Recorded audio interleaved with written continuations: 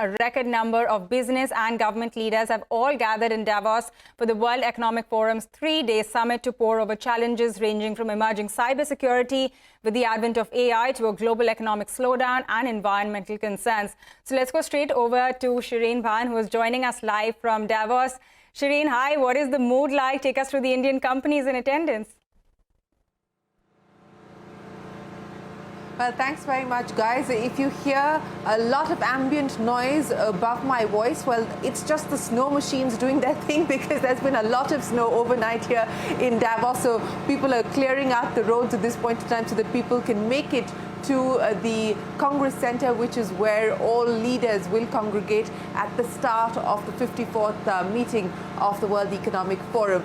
You talked about India, and Pavitra, as we've been pointing out on CNBC-TV18, over the last several years, the Indian contingent has been getting larger, and India's presence through the central government as well as its states has been getting a lot of prominence on the promenade. So you've got Invest India, which represents the central government, setting up a whole bunch of pavilions here. You of course got CII, which continues to have its lounge here. But on the company side, you were talking about tech and the rally that we're seeing in IT stocks today. Well, all of Indian tech is here, from Infosys to TCS to Wipro, Cognizant, HCL Tech. They're all here on the promenade, and of course they will be here on CNBC-TV18. As far as the mood is concerned, I think the big concern for leaders today is geopolitics. What will happen with Russia and Ukraine? Remember, just yesterday, the World Economic Forum had facilitated a meeting of national security advisors of different countries, including, of course, India, which participated and sent its joint NSA for the meeting to try and see if there could be some sort of a give and take, a peace formula, so to speak, as far as the Russia-Ukraine crisis is concerned. The war continues.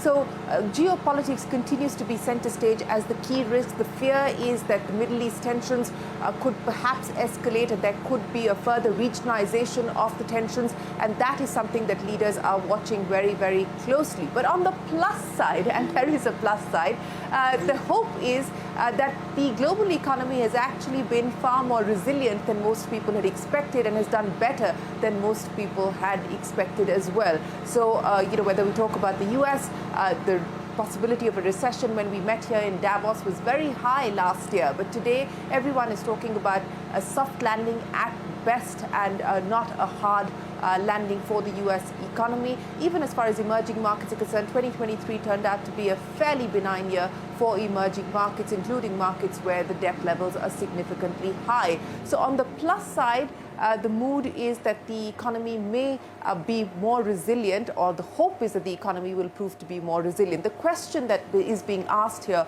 of leaders is, will 2024 be a year of a perma-crisis, which means will we see a permanent crisis across different aspects for 2024? Or will it be a year of resolution, recovery, and resilience? The mood on India continues to be very bullish. The chief of the World Economic Forum, Borge Brende, speaking to us exclusively on CNBC-TV18 yesterday, said that if there were one word to describe the mood on India, it continues to be bullish.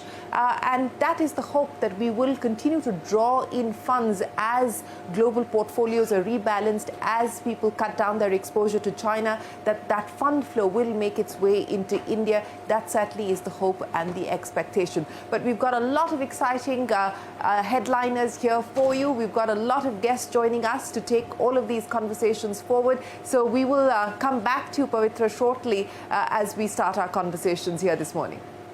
All right, Shereen, we're definitely waiting to hear all of those, corporate voices, political voices as well that you are going to be interviewing. And you can catch all of that very soon right here on CNBC-TV18. Shereen was just alluding